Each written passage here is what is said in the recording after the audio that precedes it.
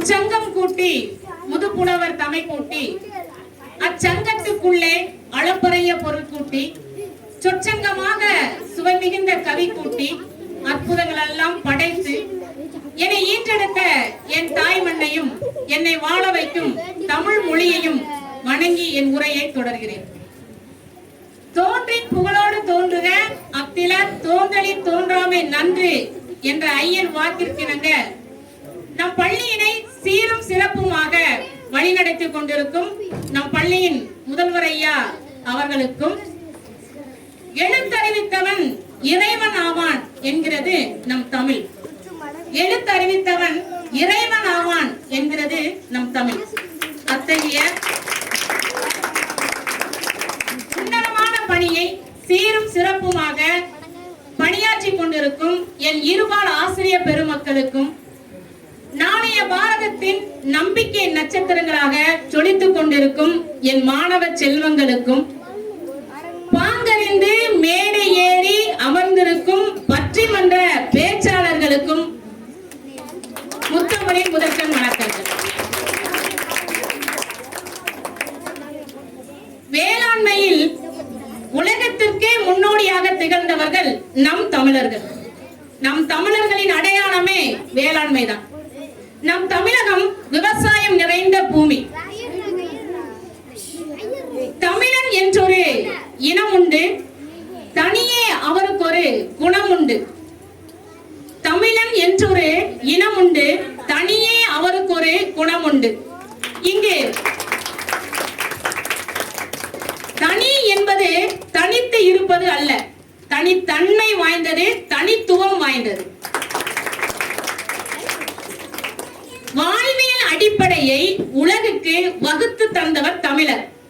இயற்கையை அதன் தன்மை மாறாமல் ஒழுங்குபடுத்தியவர் நம் தமிழர். தம் சிந்தையாலும் தம் கலையாலும் தம் மொழியாலும் தன் மரபுகளை காத்தவர் தான் நம் தமிழர்கள்.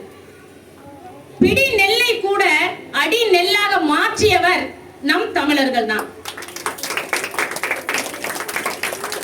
பிடி நெல்லை கூட படி நெல்லாக மாற்றுகிற இறைவன் தான் விவசாயி. இத்தகைய விவசாயிகளையும் அவர்களுக்கு உறுதுணையாக இருந்த கால்நடைகளுக்கும் கதிரவனுக்கும் இயற்கைக்கும் நன்றி தெரிவிக்கும் நாளாகத்தான் இன்றைய பொங்கல் தின விழாவை நாம் கொண்டாடி கொண்டிருக்கிறோம். இன்றைய சிறப்பு பட்டிமன்றத்தின் தலைப்பு என்னவென்றால், இன்றைய நவீன வளர்ச்சி நம் விவசாயத்தில் வளர்ச்சியைத்தான் அடைந்திருக்கிறதா அல்லது வீழ்ச்சி பாதைக்குத்தான் அழைத்து செல்கிறதா என்பதுதான் நம் பட்டிமன்றத்தின் தலைப்பு. இன்றைய நவீன வளர்ச்சி விவசாயத்தில் வளர்ச்சிக்குத்தான் இட்டு செல்கிறது என்று ஒரு அணியினரும், இல்ல அது அழிவிற்குத்தான் இட்டு செல்கிறது என்று மற்றொரு அணியினரும் பேசுவதற்காக அமர்ந்திருக்கின்றனர். முதலாவதாக, இன்றைய நவீன வளர்ச்சி விவசாயத்தில் வளர்ச்சிக்குத்தான் இட்டு செல்கிறது என்று பேசுவதற்காக அந்த அணியின் தலைவி தனுஜா அவர்களை அன்போடு அழைக்கிறோம். எனக்கு உயிர் கொடுத்த என் தாய்க்கும், என்னை தாங்கி பிடிக்கும் என் பூமாதாவுக்கும், என்னை வாழ வைக்கும் பிற மொழிகளுக்கு சிம்ம சொப்பனமாக இருக்கும் என் தாய்மொழியாம் தமிழ் மொழிக்கு என் முதற்கண் வணக்கத்தை தெரிவித்துக் கொள்கிறேன். மணப்பாற மாடு கட்டி மாயா வரும் ஏறு பூட்டி வயக்காட்ட உழுது போடு சின்ன கண்ணு, பசுந்தலைய போட்டு பாடுபடு சின்ன கண்ணு. மணப்பாற மாடு கட்டி மாயா வரும் ஏறு பூட்டி, மணப்பாற மாடு கட்டி மாயா வரும் ஏறு பூட்டி வயக்காட்ட உழுது போடு சின்ன கண்ணு, பசுந்தலைய போட்டு பாடுபடு சின்ன கண்ணு. நடுவர் அவர்களே, உங்களுக்கு இந்த பாட்டு தெரியுமா நடுவர் அவர்களே? ஏமா தெரியாது? அப்ப நான் எதை பத்தி பேச போறேன்னு உங்களுக்கு தெரிஞ்சுக்குமே நடுவர் அவர்களே.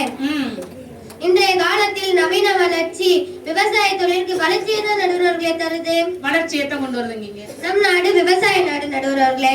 மக்கள் தொகை பெருக்கத்திற்கு ஏற்ப உணவு பெருக்கமும் ஏற்பட்டிருக்கு. நம்ம வேளாண்மையில புதிய புதிய திட்டங்களை புகுத்தியும் நம்ம வேளாண்மை மக்கள் வசதி பெருகி வர்றாங்க நடுவர்களே. மக்கள் வசதியா இருக்காங்க. ஆம் நடுவர்களே, எங்க பார்த்தாலும் பச்சை பசேன்னு இருக்கணுக்காக நம்ம மத்திய அரசும் மாநில அரசு தீட்டிய புரட்சிகர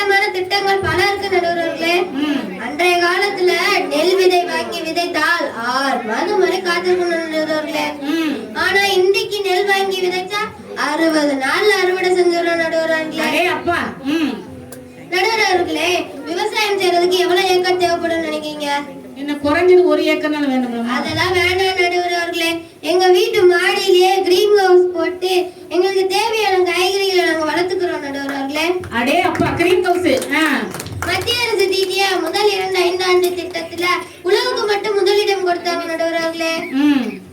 உழவு தொழில் வேண்டிய அணைகளையும் வாய்க்கால்களையும் கட்ட ஆரம்பிச்சாங்க நடுவர் அவர்களே. இயற்கையோட கொடுமையால் நலிந்த உழவர்களுக்கு வரிய தள்ளுபடி செஞ்சாங்க நடுவர் அவர்களே.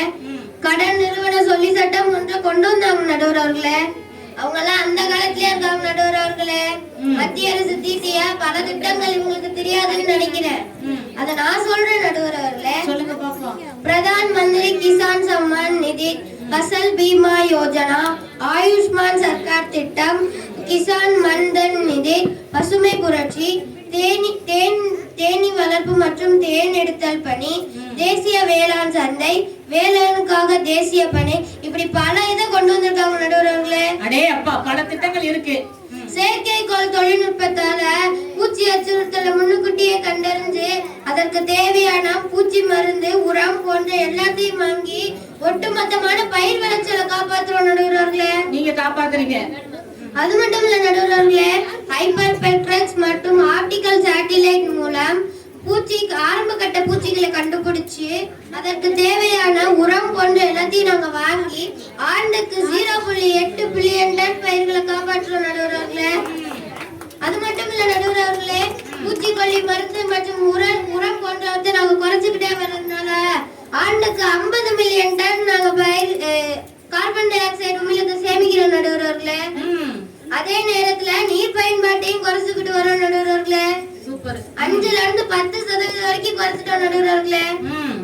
அது மட்டும் இல்ல நடுவர் அவர்களே, செயற்கைக்கோள் தொழில்நுட்பத்தால நீர்ப்பாசனம் மேம்பட்டிருக்குன்னா பாத்துக்கோங்க. இதில் அனைவரும் நிறைவேறினால் நம்ம இந்தியா உலக வல்லரசு நாட்டுல முதல் இடத்தை பிடிக்கும் நடுவர் அவர்களே. இதுல இருந்து என்ன தெரியுதுன்னா, இன்றைய காலத்தில் விவசாயம் என்பது வெறும் சாயம் அல்ல நடுவர் அவர்களே, அது நமது அடையாளம் நடுவர் அவர்களே. இன்றைய காலத்தில் நவீன வளர்ச்சி விவசாய தொழிலுக்கு வளர்ச்சியை தான் அளிக்கிறது என்று நல்லதோர் தீர்ப்பினை வழங்குமாறு தாழ்மையுடன் கேட்டுக்கொண்டு விடைபெறுகிறேன். நன்றி, வணக்கம். மிக சிறப்புமா.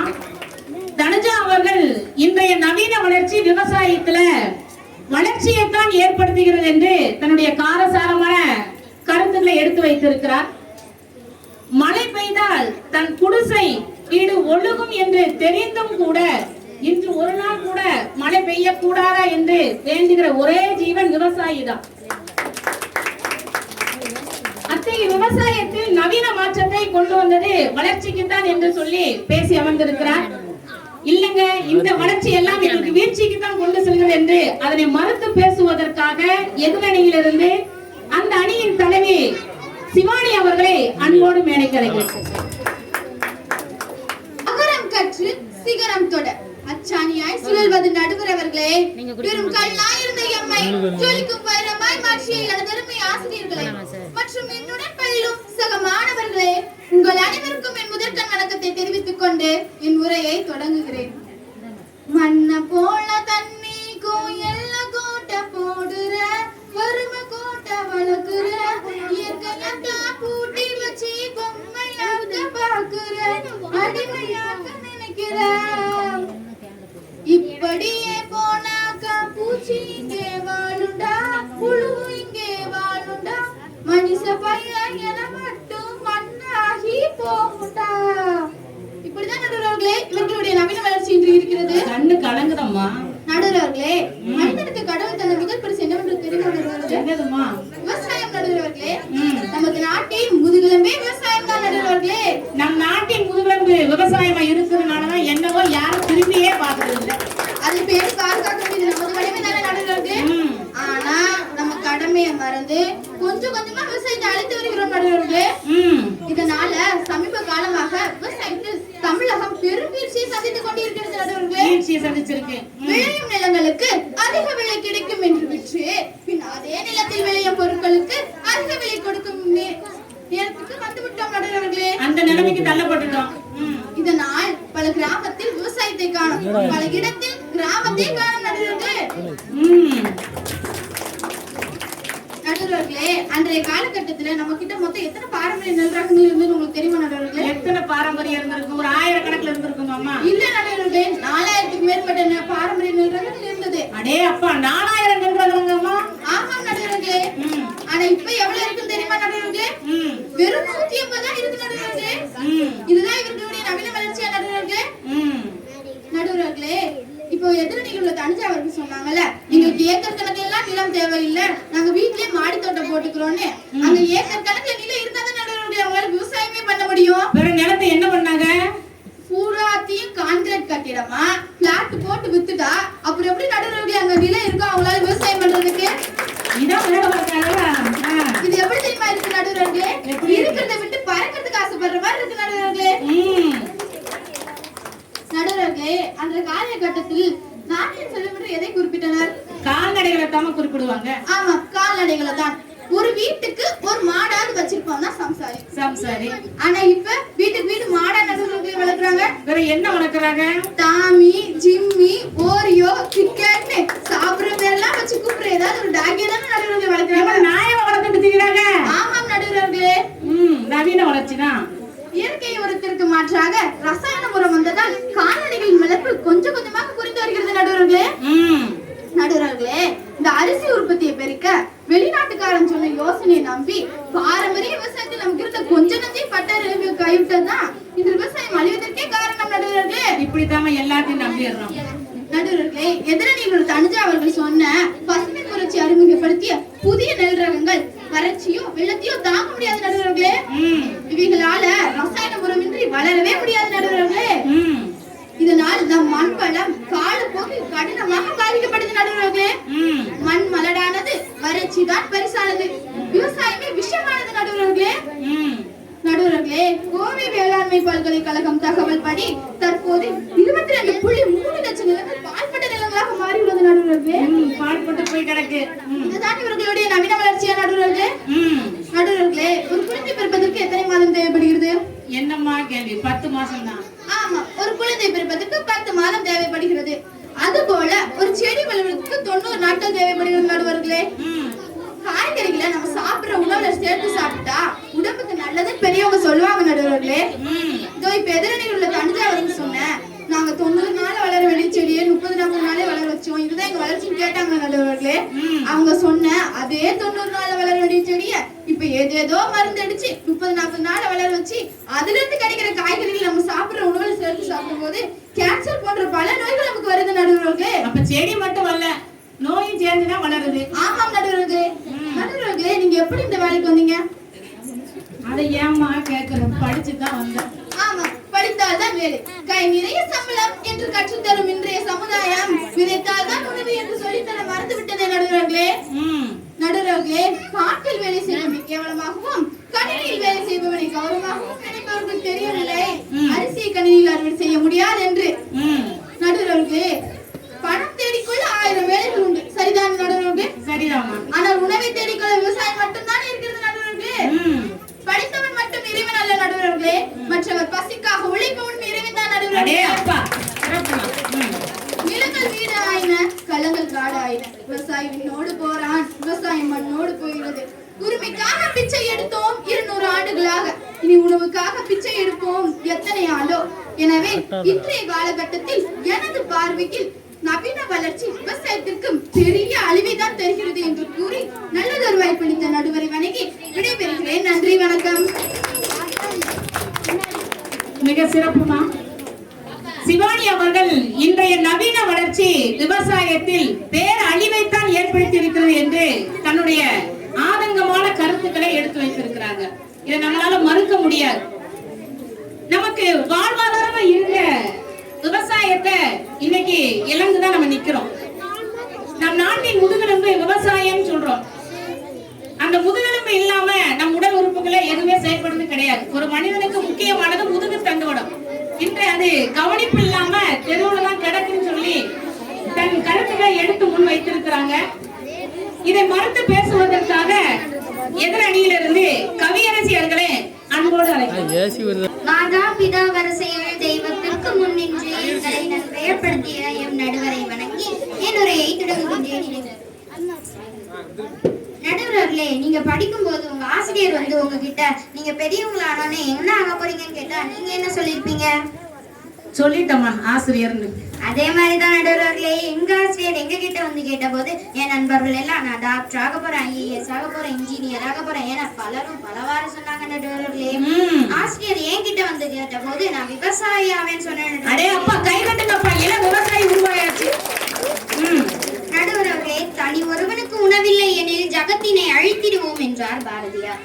நடுவர்களே, இப்ப நம்ம விவசாயம் எப்படி இருக்குன்னு தெரியுமா நடுவர்களே? எப்படி இருக்கு? அதை நான் பாட்டு வகையில சொல்றேன் நடுவர்களே. புதிய ஏத்தி வண்டியிலே பொள்ளாச்சி சந்தையிலே விருதுநகர் வியாபாரிக்கு சினக்கனே நீயும் வித்து போட்டு பார்த்தையிலே சிலக்கனே. விருதுநகர் வியாபாரிக்கு சினக்கனே நீயும் வித்து போட்டு பார்த்தையிலே சிலக்கனே. சேத்த பணத்தை சிக்கனமா செலவு பண்ணா பக்குவமா. சேத்த பணத்தை சிக்கனமா செலவு பண்ணா பக்குவமா. அம்மா கையில கொடுத்து போடு சின்னக்கண்ணே. அடே அப்பா, அம்மா கையில கொடுத்து போடு சின்னக்கண்ணே. அவங்க 600 ஆக்குவாங்க சின்னக்கண்ணே. அவங்க 600 ஆக்குவாங்க செல்லக்கண்ணே. இப்படித்தான் இருக்கு நடுவர்களே விவசாயம். நடுவர்களே, இப்ப நம்ம எதிரணியில இருந்து சிவானி அவர்கள் வேளாண்மை பல்கலைக்கழகத்தை பத்தி சொன்னாங்களே, அதை பத்தி நான் சொல்றேன் நடுவர்களே. நடுவர்களே, தமிழகத்தின் கோவையில் வேளாண்மை பல்கலைக்கழகம் கேள்விப்பட்டிருக்கீங்களா நடுவர்களே? கேள்விப்பட்டிருக்கோமா. அங்க பல ஆராய்ச்சி மேற்கொண்டுட்டு வராங்க நடுவர்களே. சோளம், கம்பு போன்ற புது தானிய புது வகையில தயாரிக்கிறாங்க நடுவர்களே. ஊர்தோறும் சென்று புதிய சாகுபடி முறைகளை கற்று தராங்க நடுவர்களே. நடுவர்களே, கிராமங்களை அழித்து ஒரே நாளில் நகரமாக மாற்றிவிடலாம். ஆனால் நகரங்களை அழித்து 100 வருடங்கள் ஆனாலும் கிராமமாக மாற்றிவிட முடியாது நடுவர்களே. நிதர்சனமான உண்மைமா.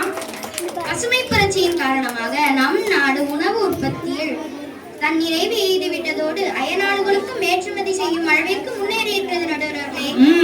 இதெல்லாம் எப்படி நடுவர்களே வீழ்ச்சின்னு சொல்ல முடியும்? இதுவும் வளர்ச்சிதான நடுவர்களே. வளர்ச்சிதான் நம் எதிர்கால சந்ததியினர்கள் தீர்மானம் செய்ய இருக்கிறது. விவசாயம் வளர்ச்சியின் தீர்ப்பு வழங்குமாறு நற்றமிழ் மேதையாக பாரதியின் மகனாயிருக்கும் நடுவரை விட்டு விட்டு விடைபெறுகிறேன். நன்றி, வணக்கம். சிறப்புமா. கவியரசி அவர்கள் இன்றைய நவீன வளர்ச்சி விவசாயத்தில் வளர்ச்சியைத்தான் ஏற்படுத்துகிறது என்று தம்முடைய கருத்துக்களை ஆணித்தனமாக எடுத்துரைத்திருக்கிறார். சினிமா பார்க்கிற எல்லாருக்குமே சினிமாவுல நடிக்கணுங்கிற ஒரு ஆசை வரும். ஆனா சோறு சாப்பிடுற நம்ம எல்லாருக்கும் என்னைக்காச்சும் விவசாயம் பார்க்கணும்னு ஒரு எண்ணம் வந்திருக்கா? வந்தது கிடையாது. இதை மறுத்து பேசுவதற்காக இன்று நவீன வளர்ச்சி விவசாயத்தில் அழிவைத்தான் ஏற்படுத்துகிறது என்று பேசுவதற்காக எதிரணியிலிருந்து பல மேடைகளை கண்ட பேச்சாளர் கார்த்திக் அவர்களை அன்போடு அழைக்கிறேன். கொங்குமலை சாரலிலே குடிநடுவு தென்றலிலே தங்கமலர் பறித்து தமிழ் தாய்க்கு சூட்டிவிட்டு சங்க தமிழ் தந்த தமிழ் மொழியில் எனது உரையை தொடங்குகிறேன். நடுவர்களே, ஒரு நாட்டின் முதுகெலும்பே விவசாயம் தான். அப்பேற்பட்ட விவசாயம் நவீன வளர்ச்சியால் வீழ்ச்சி அடைகிற நடுவர்களே. விவசாயி என்று சேற்றில் கால் வைத்தால் தான் நாம் அனைவரும் பல சோற்றில் கை வைக்க முடியும் நடுவர்களே.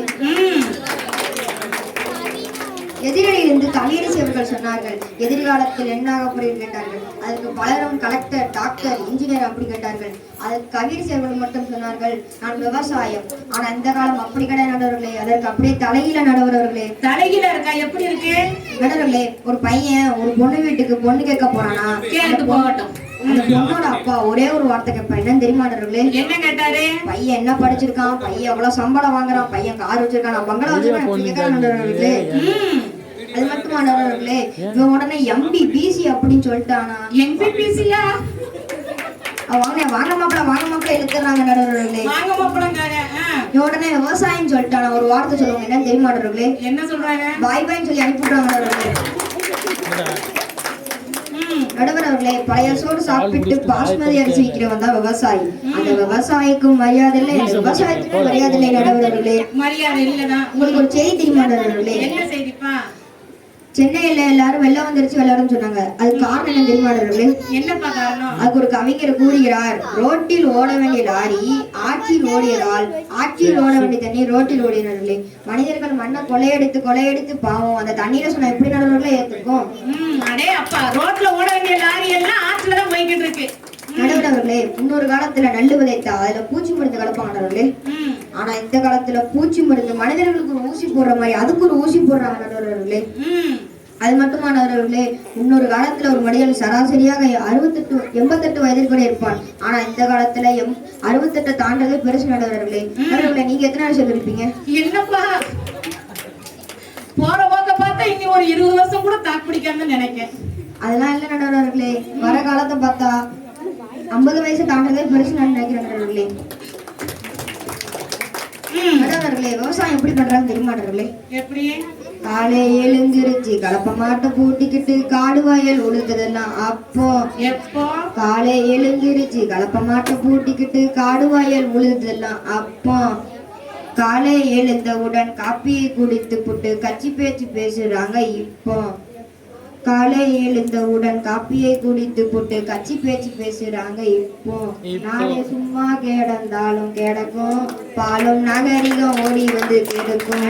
நாளை சும்மா கிடந்தாலும் கிடக்கும் பாலும் நாகரிகம் ஓடி வந்து கெடுக்கும். இப்படிதான் எங்க வளர்ச்சி இருக்கு. நாகரிக வளர்ச்சி நாட்டை கடத்திட்டு இருக்கீங்க. ஆமா நடுவர்களே. நடுவர்களே, இன்னும் எதுக்கு நடுவர்களே மாட்டுப் பொங்கல் கொண்டாடுறாங்க? கால்நடைகளுக்கு நன்றி தெரிவிக்கிறதுக்காக. நடுவர்களே, இந்த முன்னொரு காலத்துலனா அதுக்கு ஒரு அர்த்தம் இருக்கு நடுவர்களே. சரி. இந்த காலத்துல டிராக்டர்ஸ் கொண்டாடுறாங்க. டிராக்டர் பொங்கல் கொண்டாட வேண்டியது நடுவர்களே. டிராக்டர் பொங்கல் கொண்டாடுங்க. அடுத்த வருஷத்துல நீங்க நவீன வளர்ச்சி தானே. நடுவர்களே, எல்லாம் பண்டிகை தான், தீபாவளி பண்டிகை தான். ஆனால் பொங்கல் பண்டிகை அல்ல, அது தமிழரின் பண்பாடு என்பதை மறந்துவிடக் கூடாது. பெற்ற குழந்தைகளுக்கு சோறு போட்டால் அன்னை பெறாத குழந்தைகளுக்கெல்லாம் சோறு போடுவதுதான் விவசாயி. அந்த விவசாயிக்கும் மரியாதை, இந்த விவசாயத்துக்கும் மரியாதை. நடுவர்களே, கைகளை மண்வெட்டியாக்கி கால்களை கலப்பையாக்கி நெற்றி ஏர்வை நிலத்தில் சென்று உழுது விதைக்கிறார்களே, அந்த வேர்வை துளியல்லே நடுவர்களே, அது விவசாயி விதை நடுவர்களே. ஒரு நாள் இந்த உலகம் நிச்சயமாக இவர்களை தேடும். அந்த நேரம் விவசாயம் மட்டும் இல்லை, விவசாயம் மூலம் எங்கோ தூரத்தில் இருக்கும் நடுவர்களே. எனது நல்லதொரு தீர்ப்பு வருமாறு நடுவரை வணங்கி விடைபெறுகிறேன். நன்றி, வணக்கம். அருமை அருமை அருமை. கார்த்திக் அவர்கள் இன்றைய நவீன வளர்ச்சி விவசாயத்துல பெரும் தாக்கத்தை தான் ஏற்படுத்தி இருக்கிறது என்று தன்னுடைய கருத்துக்களை காரசாரமா எடுத்துரைத்தார். அதை நம்மளால மறுக்க முடியாது. நாகரிக வாழ்க்கையில் நாற்று வாசனையும் சேற்று வாசனையும் நமக்கு நாற்றமாகத்தான் தெரிகிறது. இதை நம்ம மறுக்க முடியாது. ஆனாலும் இன்றைய நவீன வளர்ச்சி விவசாயத்தில் வளர்ச்சியை தான் கொண்டு சேர்க்கிறது என்று பேசுவதற்காக சுசில் அவர்களை அன்போடு அழைக்கிறேன்.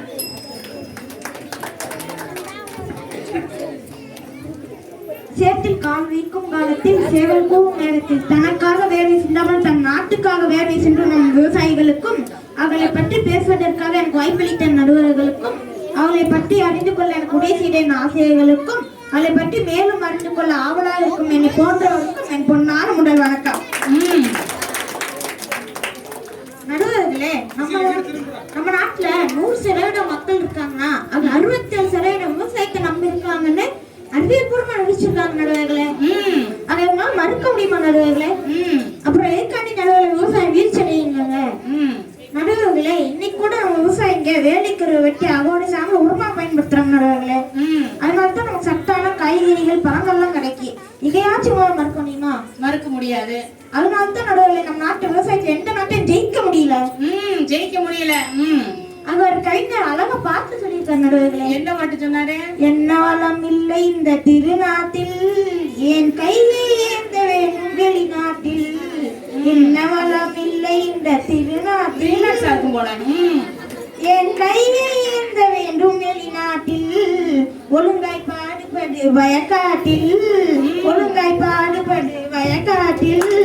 உயரும் முன்மடிப்பு அயனாட்டில், உயரும் முன்மடிப்பு அயனாட்டில்.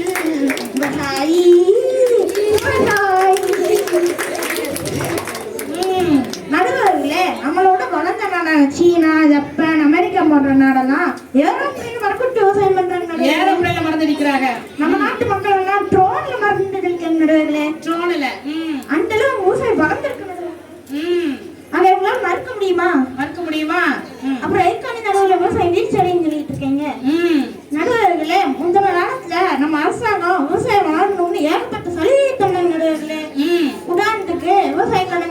வெள்ள உதவி நீர் பாய்ச்சல் வந்து ஏகப்பட்ட உதவிகள் தந்தாங்க நடுவர்களே. அதனால தான் நடுவில் இன்றைய காலத்துல நவீன இயந்திரங்களால விவசாய வேலைக்கு ஒரு முக்கிய பங்கு வைக்க நடுவர்களே. நடுவர்களே, நீங்க காஃபி குடிப்பீங்களா? குடிப்பேன்ப்பா. நீங்க குடிக்கிற காஃபி பிரேசில் அப்படிங்கிற நாட்டுல இருந்து வருது. அப்பா பிரேசில் இருந்தா வருது. ஆமா நடுவர்களே, அந்த அளவுக்கு விவசாயம் வளர்ந்துருக்கு நடுவர்களே. இதையாச்சும் மறக்க முடியுமா? விவசாயம் வீழ்ச்சி அடையோட விவசாயம் வீழ்ச்சி அடையுங்காங்க நடுவர்களே. விவசாயம் வீழ்ச்சி அடைஞ்சா எதுக்காண்டி நடுவர்களே? பல அறிஞர்கள்லாம் விவசாயிகளில் கண்டுபிடிக்காங்க நடுவர்களே. விவசாயம் வளர்ச்சி அடைகிறதுனால தான் ஏகப்பட்ட விவசாயிகளில் கண்டுபிடிக்காங்க நடுவர்களே. தண்ணி தெளிக்கிறது ஏகப்பட்ட மருந்துகள் கண்டுபிடிச்சிருக்காங்க நடுவர்களே. நடுவர்களே, நீங்க நியூஸ் பாத்தீங்களா? பாப்போம்மா. போன வருஷம் வெறும் ஒரு விவசாயி விவசாய தொழிலை பண்ணி வேற எந்த தொழிலும் இல்லை நடுவர்களே. அவங்க விவசாயம் வீழ்ச்சி அடைஞ்சிச்சுன்னாங்களே. வெறும் அந்த விவசாய தொழிலை பண்ணி பல லட்சம் கோடிக்கு அடிப்படை நடுவர்களே. வெறும் வெங்காயத்துக்கு. என்ன வெங்காய தொழிலா? ஆமா நடுவர்களே. அடே அப்பா, பெருசாட்டு வெங்காயம் ஓடிடலாம்னு நினைக்கிறேன். அதெல்லாம் விவசாயத்தின் வளர்ச்சி நடுவர்களே. நடுவர்களே, எங்களிலிருந்து கார்த்திக் அவர்கள் மாட்டு பொங்கல் கொண்டாடாம டிராக்டர் பொங்கல் கொண்டாடினாங்க நடுவர்களே சொன்னாங்க. இவங்க வீட்டுல எத்தனை காளமாடு நடுவர்கள் வச்சிருக்கீங்க? எத்தனை காளமாடுப்பா கட்டி போட்டிருக்கீங்க வீட்டு தொழுவத்துல? கடைசியா ஒண்ணு மட்டும் சொல்லிக்கிறேன் நடுவர்களே. விவசாயம் நம்ம பூமியின் ஆணிவேர். அசைக்கவும் முடியாது, அழிக்கவும் முடியாது. அசைச்சு பார்த்தோம் நம்மள அசைச்சிருக்க நடுவர்களே. அது உங்களுக்கு தெரியல நடுவர்களே. அதனாலதான் இங்க வந்து விவசாயம் அழிஞ்சிருச்சுங்காங்க. ஆனா விவசாயம் அழிக்க நடுவர்களே. அந்த உண்மையை அவங்க புரிஞ்சுக்கல நடுவர்களே. அதனாலதான் இங்க வந்து விவசாயம் அழிஞ்சிருச்சுங்காங்க. அங்க ஒரு கவிஞர் அழகா கவிதைத்துல கூறியிருக்கா நடுவர்களே. என்ன கவிதை தெரியுமா நடுவர்களே? என்னப்பா? ஆடி அண்டம் பாராக என்னை தமிழ் மாறா விவசாயம் வளரணும்னு சொல்லியிருக்காரு நடுவர்களே. எந்த இடத்துல நடுவர்களே உங்களுக்கு விவசாயம் வீழ்ச்சியடையும் போட்டிருக்கீங்க? இன்றைய காலத்துல நவீன இயந்திரங்களால தான் விவசாயம் வளரணும் தீர்க்கிறவங்க கேட்டுக்கொள்கிறேன். எனக்கு பேச வாய்ப்பளித்த நடுவர்களுக்கும் என் பேச்சை கேட்டு ரசித்த அவையோருக்கும் சிவையோருக்கும் நன்றி தெரிவிக்கிறேன். நன்றி, வணக்கம். சிறப்பு சிறப்பு சிறப்பு. இன்றைய நவீன வளர்ச்சி விவசாயத்தில் வளர்ச்சியேற்றம் கொண்டு சேர்க்கிறது என்று சொல்லி தன்னுடைய கருத்துக்களை முன் வைத்திருக்கிறார் சுசில். அதனை மறுத்து பேசுவதற்காக எதிரணியிலிருந்து பிரகதி அவர்களை அன்போடு அழைக்கிறேன்.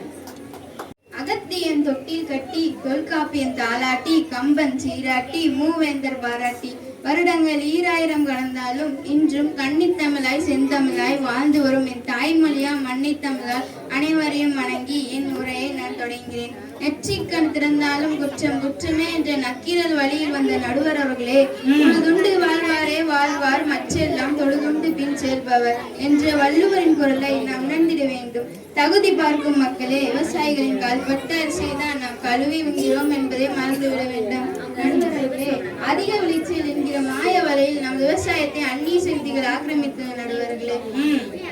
விவசாய நிலத்தில் பயன்படுத்தப்படும் ரசாயன உரங்களால் நிலத்தில் உள்ள மண்புழுக்கள் மடிந்து நிலம் பாழாகிற நடுவர்களே. இயற்கை விவசாயம் அழிவிற்கு இது ஒரு காரணம். மற்றொரு காரணம் விவசாயத்தையும் விவசாயியையும் புறக்கணித்து வரும் இன்றைய தலைமுறை. நடுவர்களே, கணினி மற்றும் தொழில்நுட்ப இதை கடவுளாக பார்க்கும் இன்றைய தலைமுறைக்கு நாம் தான் உயிர் வாழ விவசாயம் மட்டும்தான் ஒரே வரி என்பதை உணர்ந்தாலே விவசாயத்தை அழிவில்லாமல் காக்க முடியும். நடுவர்களே, நம்ம நாட்டுல இன்றைய மிக முக்கிய தேவை யாரு நினைக்கிறீங்க? இளம் விஞ்ஞானியா இளம் விவசாயியா? யாருமா? இளம் விவசாயி தான் நடுவர்களே. இவ்வுலகில் விவசாயி ஒருவன் மட்டும்தான் உழைத்த பணத்தை வங்கியில் போடாமல் நாம் அன்றாடம் உண்ணும் உணவுக்காக மண்ணில் போடுகிறான். நடுவர்களே, வெகு விரைவில் பணம் இருந்தும் பட்டினி இருக்கும் அந்த நாள் வரும் என்றுதான் விவசாயிகளின் அருமையை நாம் உணர முடியும். நடுவர்களே, விவசாயத்தையும் விவசாயியையும் புறக்கணித்து வாழ முடியாது என்பதை உணர்ந்தாலே விவசாயிகள் இனி எதிர்காலம் செழிக்கும். நடுவர்களே, நம்ம நாட்டுல நடுவர்களே, விவசாயம் என்பது தொழில் மட்டுமல்ல, நம்ம ஒவ்வொருவரின் உயிரின் ஆதாரம் என்பதை உணர்ந்தாலே விவசாயத்தையும் ஆதலால் உணவூட்டும் விவசாயத்திற்கு உயிர் ஊட்டுவோம், பாரம்பரிய விவசாயத்திற்கு புத்துயிர் ஊட்டுவோம். கணினியை விட கணினிதான் நமக்கு பெருமை என்பதை உணர்ந்து விவசாயம் காப்போம், நமது நாட்டை செழிப்படைய செய்வோம். நன்றி. சிறப்புமா.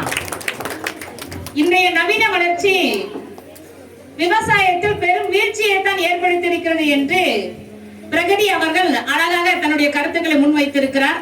அதெல்லாம் இல்லைங்க, வளர்ச்சி பாதைக்கு தான் கொண்டு செல்கிறது என்று தன் அணியின் மொத்த கருத்துக்களையும் கடைசியாக நிலைநிறுத்துவதற்காக முருகன் அவர்களை அன்போடு அழைக்கிறேன். கையத்தான் தட்டுங்கன்னு. இளங்கோவடிகள் ஏந்திய தமிழே, கம்பன் கண்ட தமிழே, வள்ளுவர் வீட்டில் வளர்ந்த தமிழே, பாரதி தோளில் படுத்த தமிழே, மற்ற மொழிகளுக்கிடையே உன்னை உச்சரிக்கும் போது மனதுக்குள் கச்சேரி நடத்தும் உன்னை முத்தமிட்டு என் உரையை தொடர்கின்றேன். விவசாயி விவசாயி கடவுள் என்னும் முதலாளி கண்டெடுத்த தொழிலாளி விவசாயி விவசாயி கடவுள் என்னும் முதலாளி கண்டெடுத்த தொழிலாளி விவசாயி விவசாயி.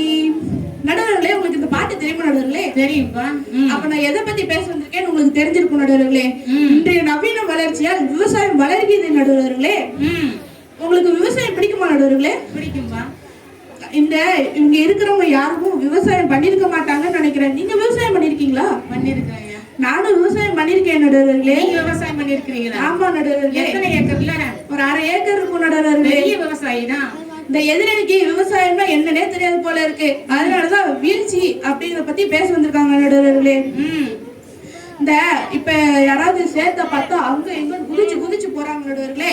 ஆனா நம்ம விவசாயிகள் நமக்காக சேத்துல இறங்கி விவசாயம் பண்ணிட்டு இருக்காங்க நடுவர்களே. இது எப்படி அவங்க வீழ்ச்சின்னு சொல்லலாம் நடுவர்களே? இப்போ ஒரு எடுத்துக்காட்டுக்கு பாருங்களேன், நம்ம பள்ளியை சுத்தி பாருங்க, ஒரே இயற்கை வளங்கள் தான். பருத்தி, உளுந்து அப்படின்னு நம்ம விவசாயிகள் நிறைய விதைச்சிருக்காங்க நடுவர்களே. இது எப்படி நடுவர்களே அவங்க வீழ்ச்சின்னு சொல்லலாம்? நம்ம நாடு ஒரு விவசாய நாடு நடுவர்களே. நம்ம விவசாயிகள் நமக்காக கஷ்டப்பட்டு விளைச்சிட்டு இருக்காங்க நடுவர்களே. ஆனா அதை போய் அவங்க வீழ்ச்சின்னு சொல்றாங்க நடுவர்களே. பசி வந்தால் 10 மறந்து போகும் அல்லவா, 10 மறந்து விட்டால் பாரத பண்பு என்னவாகும் கொஞ்சம் நினைச்சு பாருங்க நடுவர்களே. நம்ம சோற்றுக்காக அதிலும் கையேண்டும் நிலையை ஒழிக்கிறதுக்குலாம் நடுவர்களே நம்ம விவசாயம் பண்ணிட்டு இருக்கோம்.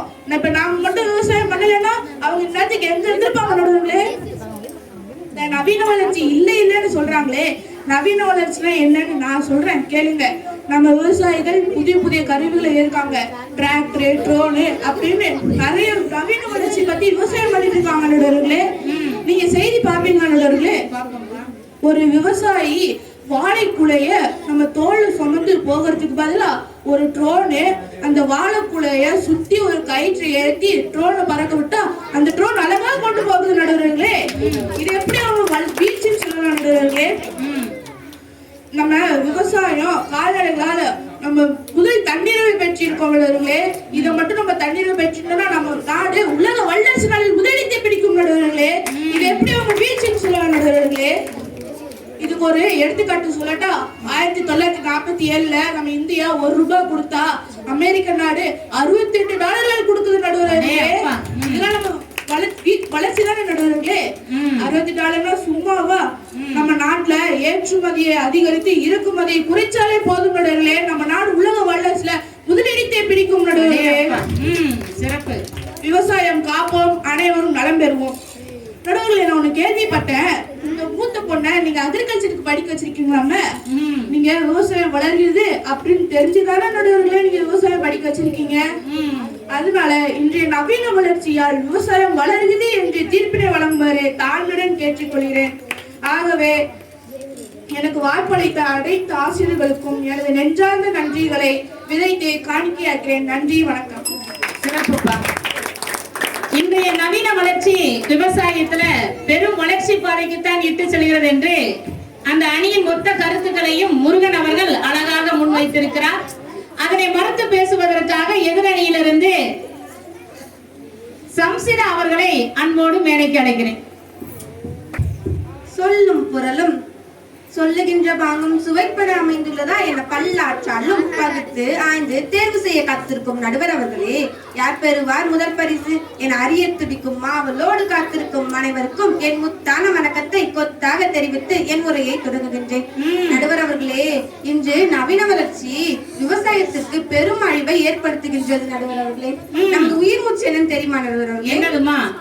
விவசாயம் நடுவர் அவர்களே, நமது உயிர் மூச்சாக இருப்பதே விவசாயம் தான். அப்படிப்பட்ட நேற்றைய விவசாயம் எப்படி இருந்ததுன்னு தெரியுமா நடுவர் அவர்களே? எப்படி இருந்தது? மாடு கட்டி போரடித்தா மாளாதுன்னு சொல்லி யானை கட்டி போரடித்தது நம் தாய்நாடு. அறுத்து கட்டிய நெல்மனைகளை போரடிக்க மாடு போதாதுன்னு சொல்லி யானை கட்டி போரடித்தாங்களாம் நடுவர் அவர்களே நம் அன்றைய விவசாயிகள். அடே அப்பா, யானை கட்டி போரடிச்சாங்க. ஆமா நடுவர் அவர்களே. ஆனா இப்ப எப்படி இருக்குன்னு தெரியுமா நடுவர் அவர்களே? எப்படி இருக்கு? ஆறு இருக்கும் பக்கத்துல ஊரு ஊரு வாகுச்சு வரலாறு சொல்லுச்சு. ஊரு மட்டும் இருக்குதையா, ஆறு மட்டும் காணல, போன இடம் தெரியல.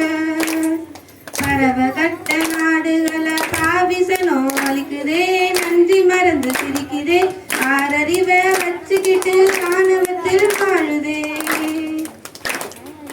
இப்படி இருக்கு நடுவர் அவர்களே. அடே அப்பா, கண்ணு கலங்குறம்மா. நடுவர் அவர்களே, கண்ணு கெட்டின தூரம் வர கழனிவர்களை காணமே நடுவர் அவர்களே. எதிரணியில இருந்து முருகன் அவர்கள் சொன்னாங்களே, கண்ணு கெட்டின தூரம் வர பச்சை பசேன்னு இருக்குன்னு. ஆனா அதுக்கு நடுவில் இருக்க காற்றாடி மட்டும் உங்க கண்ணுக்கே தெரியலையா நடுவர் அவர்களே? பார்த்துருக்க மாட்டாப்லையா இருக்கும். அப்படிதான் நானும் நினைக்கிறேன் நடுவர் அவர்களே. நடுவர் அவர்களே, பச்சை பயிர் வயல்களை வாரி வழங்கியது நம் தாய் திருநாடு. சும்மாவா சொன்னாங்க சோழ நாடு சோறடித்தது பெருமைக்குரிய நம் தாய் திருநாடுன்னு. உழவுக்கும் தொழிலுக்கும் வந்தனை செய்வோம், வீணிலே உண்டுகளை திருப்போரை நிந்தனம் செய்வோம் என்று என் பாட்டன் பாரதி உழவுக்கும் தொழிலுக்கும் பாடிய பாடல் நடுவர் அவர்களே. அப்படிப்பட்ட விவசாயம் இப்ப எப்படி இருக்குன்னு தெரியுமா நடுவர் அவர்களே? எப்படி இருக்கு? ஊருக்கே சோறு போட்ட விவசாயி தன் வயிற்றுக்கு சோறு இல்லாமல் திண்டாடும் அவல நிலை நடுவர் அவர்களே. வயல்களை நம்பி வாங்கின கடன்களை கட்ட முடியாமல் தற்கொலை செய்யும் விவசாயிகளின் எண்ணிக்கை ஏராளம் நடுவர் அவர்களே. பெருங்கொடுமம். ஆமா நடுவர் அவர்களே. நம்ம ருசிக்க சீரக சம்பா, பாஸ்மதி, பொன்னி போன்ற அரிசிகளை நமக்கு கொடுத்து விட்டு தான் சாப்பிட சோறு இல்லாமல் தவிக்கும் விவசாயிகளின் வழிகள் நம் அறியாதவை நடுவர் அவர்களே. நடுவர் அவர்களே, நீங்க வரும்போது நீங்களே விவசாயம் பண்ணி தான் சாப்பிட்டு வந்தீங்களா நடுவர் அவர்களே? இல்லம்மா. இல்ல நடுவர் அவர்களே. ஒரு உழவன் தன் பயிர்களை பேணி காத்து வளர்த்து வருகிறான், அதை நமக்கு கொடுக்கிறான் நடுவர் அவர்களே. என்னெல்லாம் கேட்டா மாதா பிதா குரு தெய்வம் என்ற வரிசையில் இருக்கக்கூடாது நடுவர் அவர்களே. எப்படி இருக்கணும்? மாதாவுக்கு நேராக விவசாயிகளை வைக்க வேண்டும். அன்னையாக பார்க்கணும் இல்லையா விவசாயம்? ஆமா நடுவர் அவர்களே. ஆனா இப்ப அப்படிப்பட்ட விவசாயிகளை நம்ம என்ன செய்யறோம்னு தெரியுமா நடுவர் அவர்களே? என்ன செய்யறோம்? எலிக்கறியையும் சாப்பிட வைத்து மண்ட ஓட்டு மாலை அணிய வைத்து தெருவில் நின்று போராட வைத்து பார்த்து வருகிறோம் நடுவர் அவர்களே. இதுக்கெல்லாம் காரணம் என்னன்னு தெரியுமா நடுவர் அவர்களே? என்னமா காரணம்? நமக்கு சோறு போட்ட இந்த நிலத்தை கூறு போட்டமே நடுவர் அவர்களே. இன்று கழனி வயல்களை காங்கிரீட் கட்டினங்களாக கட்டணமோ அன்னைக்கு பிடித்த நடுவர் அவர்களே இந்த தலைவலி. இது மட்டும் இல்ல நடுவர் அவர்களே, ரியல் எஸ்டேட் என்ற பெயரில் கொஞ்சம், அடுக்குமாடி கட்டணம் என்ற பெயரில் கொஞ்சம், சாலை விரிவாக்கம் என்ற பெயரில் கொஞ்சம், பற்றாக்குறைக்கு மீத்தேன் ஹைட்ரோ கார்பன் என்னும் விளைநிலமான உயிரினத்தை அழித்து வருகிறோம் நடுவர் அவர்களே. இது மறுக்க முடியாதுமா. ஆமா நடுவர் அவர்களே. பிறகு எப்படி நடுவர் அவர்களே உங்க நவீன வளர்ச்சின்னு சொல்ல முடியும்?